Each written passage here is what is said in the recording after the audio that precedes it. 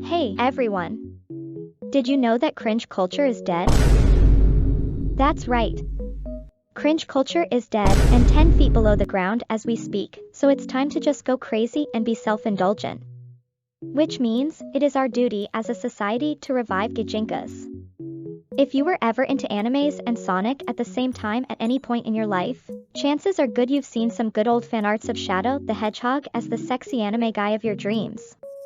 Or maybe you even drew some yourself if you were creative enough. I know I did, though I'm not sure you could describe it as creative. You can be the judge of that by yourself. It was not so bad per se as much as it's closer to Sasuke Uchiwa dressed for winter than Shadow the Hedgehog, but sort of close enough I guess. So today, it is time to give Shadow the sexy anime guy design he deserves. We are unleashing the cringe and basking in it whether you like it or not.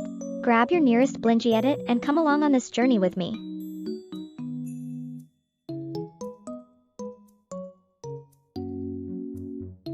So for the design, I definitely wanted to keep the cringe factor in mind. I wanted it to be as reminiscent as possible to the sort of gijinkas you'd see in the late 2000s and early 2010s. I also am very interested in alternative fashion and tried to find some good references for the outfit by looking up stuff like good old emo outfits, and then punk and then goth, but I didn't really find anything that screamed Shadow to me, so I decided to just wing it until it felt right. I had to give him a coat as a sort of homage to the design I've shown earlier, which by the way was drawn probably 12 or 13 years ago. I can't believe it's been that long already. Don't mind me struggling way too much with the hands here. So the general plan is to first sketch the rough design and then play around with it a bunch, to get comfortable enough to make a full illustration with it.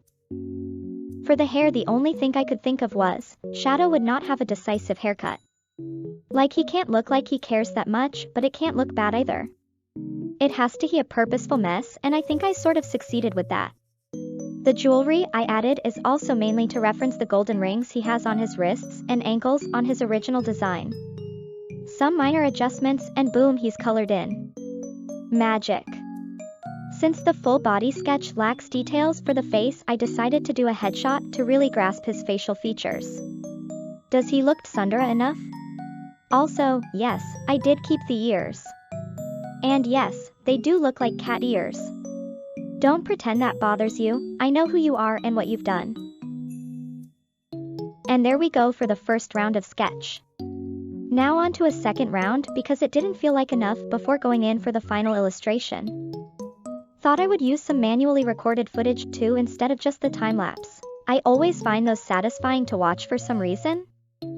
Something about seeing the cursor move around, I think.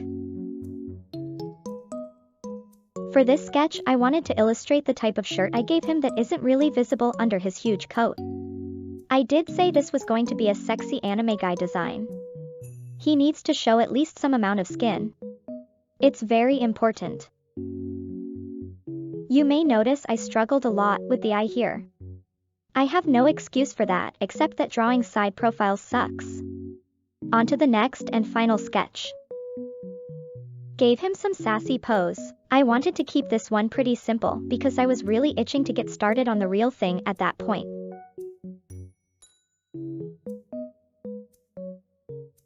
And boom. Suddenly it's done. I tried so hard to find a funny quote to add here, and this is all I could find. And there it is. We can finally get started on the final illustration. I chose to do a screenshot redraw from the ever so iconic Shadow the Hedgehog game, so that I could really focus on painting a good scene without having to actually come up with a color scheme and everything. For some reason I almost got discouraged when I started the piece even though I was so excited just before. The pose just didn't seem right and his face really annoyed me. So I took a break, and when I came back to it, it all went a lot more smoother. It's important to take breaks, kids. Initially, I tried to color pick as little as possible because I hate myself, I guess, and love making myself work harder. Another thing I would like to mention, I have absolutely no definite process for paintings. It's very messy all around. You'll notice I jump from one area to another with no consistency, and that's just because I find art so much more pleasant that way. I I used to try to follow steps and keep the same method every time it came to drawing, and that just never worked with me. Completely takes the fun out of it. But of course, that's just me, and I know many other artists find comfort in having steps to follow. I just wanted to show that you don't need to do that to make good art. You should always just do what feels right. For example, whenever I do a piece with line art, I actually am a bit more structured, because I find it easier that way, which kinda goes against what I said earlier. But I will still usually end up fusing all the layers and work on top of it to make it more to my taste as I would with a painting. Art really does not have to be linear. That also goes for improvement as an artist. Sometimes, it feels like you're stuck in a loop and never actually get better, while other times it feels like you're progressing so fast and learning so much more. It sucks sometimes, but that's part of the game. I have to remind myself of that very often too. Little change of subject here, but did any of you guys watch the new Sonic movies? I went to see both at the theaters, and I loved them so much. Especially the second one. That movie made me feel like I was 12 years in the past. Everything about it was so good. I definitely sort of screamed at the reveal at the end, and I'm so excited for the third movie. The intense joy I felt whenever Sonic, Knuckles and Tails would run side by side is indescribable. Sonic Heroes was my favorite video game for a long time, so it was such a treat to see the movie referencing it in some type of way. Sonic Heroes was also what introduced me to Sonic in general and had me falling down into the rabbit hole of that universe. I was literally obsessed. I remember watching the Sonic Heroes opening on loop and just never getting tired of it. Looking back, I'm still surprised I somehow managed to complete the game on my own back then. Like, that game is hard. But I did start off with Team Dark, which is the hardest, so everything after that felt a lot easier, I guess.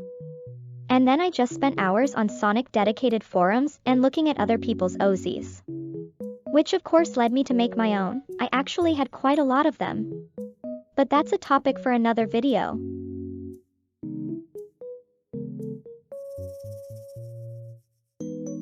Can I just say, painting clouds can be such a hassle.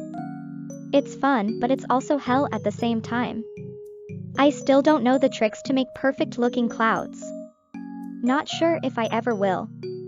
Also, didn't expect that at all, but I actually loved working on the moon. That sort of turquoise glow where the clouds overlay atop of was so satisfying to do, and it's still so satisfying to see too. Adding the details on the moon was so much fun too. As usual, I sort of winged it, but I found out it's really what worked best for it.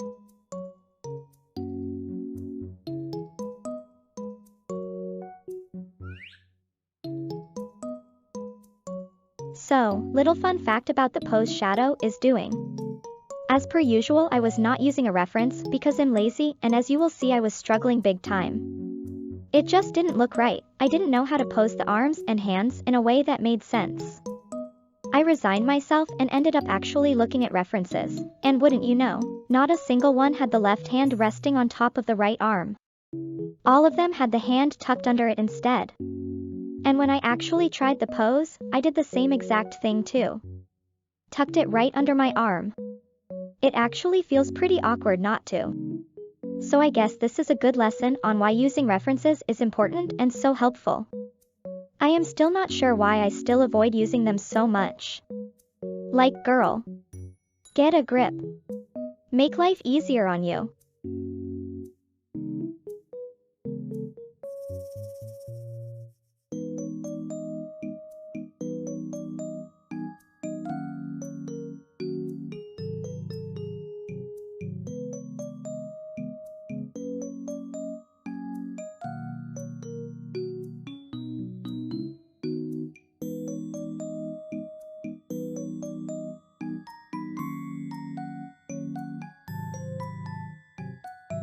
And boom, just like that, the painting portion is finished.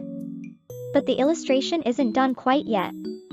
I switched from Infinite Painter to Ibis Paint X to add some filters on the piece, something I love to do to make them feel more finished. First, some blur on the background to add some depth.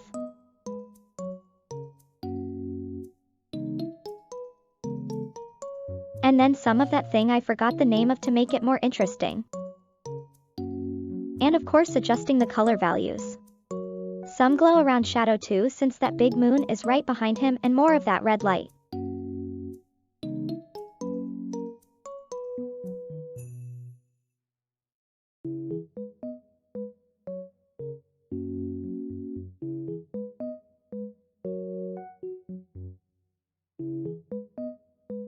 And then back to Infinite Painter where I do the final adjustments. Some softwares will have stuff that others don't, so it can be fun to switch around with them.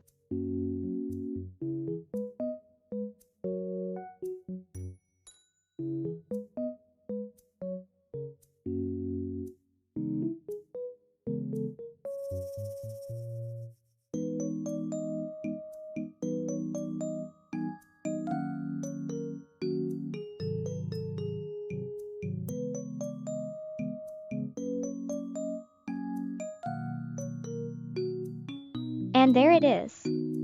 It was so much fun revisiting the concept of Jajinkas after all these years. I really hope you enjoyed it as well.